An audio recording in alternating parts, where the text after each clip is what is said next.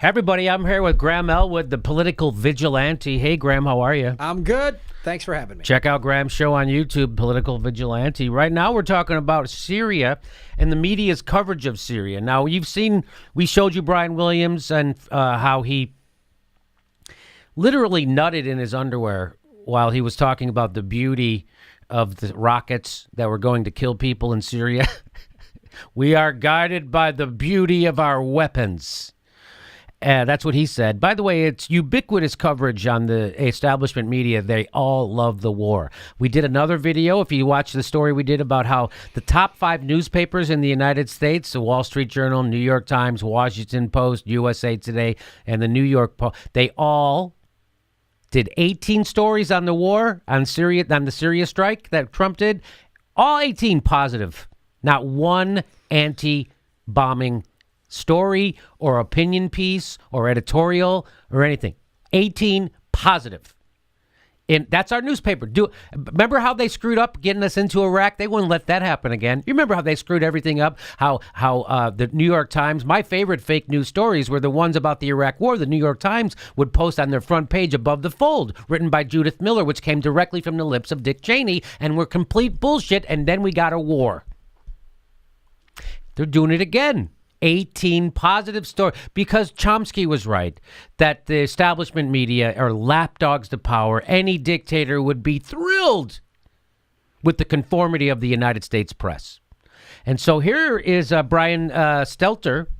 He hosts Reliable Sources on CNN. And we've showed you Brian before. He's a very nice guy. He likes to bring on Glenn Greenwald every once in a while to explain to him how journalism works. And but Glenn does that to everybody. He explains it to Chris Hayes, who needs a refresher course every once in a while. He does it on CNN all the time. He'll do it on wherever you bring him. Glenn will teach you about how to do journalism. So here is Brian Stelter, and he has a question for now. This is Jeremy Scahill from the Intercept, and he looks mad. He's a little upset about how the establishment press has been covering stuff. So let's just go ahead. Let's jump right into it. Jeremy, just to remind you about CNN, the guy who hosted this show before Reliable Sources, the guy who hosted Reliable Sources before Brian, was a guy named Howard Kurtz, and he had to leave the program after it was revealed that he filed one too many stories that were unreliable. Then he became the media critic at Fox, which is an existential joke all on its own. They have a media critic at Fox. Hey, did you? Yes. Do you know he doubles as the sensitivity trainer for the White House? So here, let's watch this. Here we go. there is awareness of what's been going on in Syria, but for some reason, maybe people are desensitized. What is your view of the coverage? First of all, I love this. It says, has the media failed in covering Syria? That's the question. I don't know. This is my favorite thing about the news. Like, we got to get both sides. Well, let's first of all, let's check, Graham. Let's look at all the negative stories they've written about the Syria war. Oh, there hasn't been any. Oh. And then we'll juxtapose those against all the pro-war stories. Oh, that's all they have? It's hard to tell that. I can't really do an analysis. It's like when they have someone who's like, is the Earth flat? You know, and they bring like a flat Earth person on. Like, well, let's see. Like, there's it's still a question. We don't know this. And they think that the question mark is somebody over there going, well, this is good journalism. Yeah. That's what they. This is we're asking questions. We're asking the tough questions, Jimmy. We're going to get to the root of this. We're willing to have the hard conversations. Yeah. So here we go. So he asked the question. Let's start from the top again. Jeremy, I think there is awareness of what's been going on in Syria, but there is not. You know why? You know why there isn't an ounce, a scintilla of awareness what's actually happening in Syria? Because guys like Wolf Blitzer and you have been bringing us the story, Brian, and you've been reporting it exactly the way the government wants you to report it, which is incorrect. Why are we in Syria? Because we care about people. Because we care about the people. Assad is he's butchering his own. That's why we're there, because we care about people. Again, if we cared about people, we'd make sure they had clean water in Flint. We don't care about people. We wouldn't have went into Iraq and killed 1 million people. We wouldn't sell cluster bombs to Saudi Arabia that they drop on fishing villages in the poorest country in Africa. We wouldn't do that. We don't give a shit about people. Why are we in Syria? That's the question. Never gets asked or answered. But okay, back to, I know I'm going to stop and start this a million times. Here we go. Jeremy, I think there is awareness of what's been going on in Syria, but for some reason, maybe people are desensitized. What is your view of the coverage? Well, first of all, let's look at this in the big picture. Donald Trump has given greater latitude to the military to conduct strikes with almost no regard for civilians. Just in the month of March, Brian, U.S. and allied forces have killed more than 1,000 civilians in Iraq and Syria, according to the nonpartisan independent group Air Wars. Trump is funneling weapons and intelligence to the Saudis that are being used to utterly destroy Yemen at this point. The United States has been engaged militarily in Syria for several years now, both in the form of special operations forces and increasingly conventional boots on the ground, but also just scorched earth bombing, particularly since Trump took office. And I have to say, Brian, that Arwa Damon is a fantastic reporter. I have great respect for her. But I think when we talk about this, CNN needs to immediately withdraw all retired generals and colonels from its airwaves. You know, Fareed Zakaria, if that guy could have sex with this cruise missile attack, I think he would do it. Brian Williams seemed to just be in true love with the cruise missile strike and in a despicable way invoking Leonard Cohen's name. I mean, the media coverage has been atrocious, particularly, and this is across the board on every network, particularly when the strike is happening. It's like they're in awe of the cruise missiles. And look no further than Hillary Clinton, Bill Kristol, and Donald Trump once again being on the same team when it comes to these kinds of wars. The elite of both parties just all get in line, and they absolutely love a cruise missile strike. Jeremy, I think what I liked about that the most, all that truth happening on CNN, and I would like to say thanks to Jeremy Scahill, who we'll never see on CNN again. That's pretty much his last appearance. I can't believe they didn't cut his fucking mic. Go ahead. I'm amazed too. I'm amazed they didn't cut his mic. I'm amazed they let that happen. And like, hats off to him, man. He said, "You want me on CNN? Mm-hmm. You're gonna get me on CNN." This is why I go to the Intercept. You know, this is why I reference a lot of their articles on my show, because it's that. It's a 1,000 civilians, and as we've talked about in other videos, how much has CNN covered those 1,000 civilians in the month of March that America has killed in the Middle East? I don't see any of those videos anywhere. Wait a minute, Graham, you didn't see all the pictures of the 1,000 people we killed in Syria? No, and Iraq? I didn't. I haven't seen any of them. You have to go to. It's by the. It's on the. I think it's on a telephone pole on Sawtell. Where it crosses San Vicente, there's a picture of the people we killed. But I think it got blown down and it's now behind an alley or something like that. But it's there. But it's there. They covered it. So, and I love how Brian Stelter kept no reaction on his face through that whole thing. He was like, "Oh shit, I can't let anyone know that." He was stone faced. Did you notice that? Like, what can you say? That's the thing. When you start throwing these statistics at people. I've done this. I've watched people do this on the news. I've said this to people personally. When you say, this is how many civilians we're already killing, they kind of, huh? Or regime change doesn't work. They're kind of like, oh, yeah. Oh, that's right. We did this before. It didn't work. Who are we going to put in their place? Oh, we killed 1,000 people in a month? Where are those pictures? Where are those pictures? Where are those pictures? Where are they? Well, if we showed those pictures, people wouldn't be on board for us starting World War III. And I don't know if you know this, we only have 6 media outlets, and none of them want to hear the truth about Syria. They're all for war, 100%. Why? War sells, baby. War gets ratings. War sells papers. War gets clicks, baby. That's why. War gets fucking ratings. And go anything? Well, I was going to say this.